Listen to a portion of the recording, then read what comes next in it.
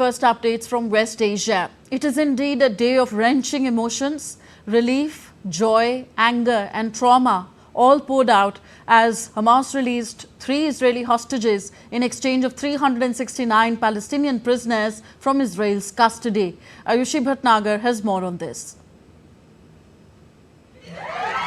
An emotional sight, eyes filled with grief and relief, anger and joy, cheering and clapping as friends and families of Israeli hostages watched with bated breath as live streaming on TV channels showed them being released from Hamas's captivity. Hamas on Saturday released 3 hostages in an exchange of 369 Palestinian prisoners from Israel custody under the ongoing truce deal. The freed captives were handed over to the Red Cross in Gaza on Saturday. Israeli-American Sargoi Dekel-Chen, Israeli-Russian Shasha Trupanov, and Israeli-Argentinian Yair Horn were taken on a stage in the southern Gazan city of Khan Yunis, where they were asked to address the crowd before their handover to the Red Cross. Meanwhile, the first bus carrying freed Palestinian prisoners and detainees departed from Israeli jail Offer in the West Bank. Clutching gift bags were given to the hostages and a certificate to mark the end of their captivity. The release, the 6th since the truce took effect on January 19th, came after last week's uncertainty when both Israel and Hamas traded accusations of violating the January 19th ceasefire.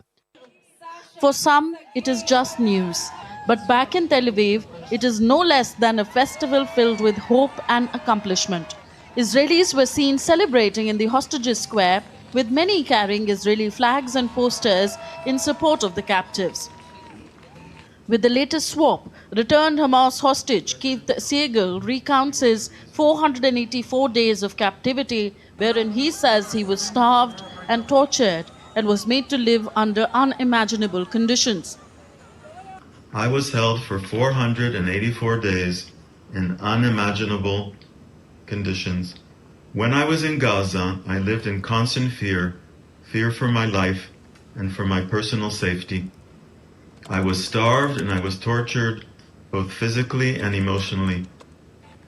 Each release has brought a wave of relief, but also frustration and sadness for the dozens of people. Families patiently await their reunion with the 3 of the released hostages held for months. The reunion will be filled with mixed emotions, with some being nervous and excited at the same time. Ayushi Bhatnagar's report, DD India.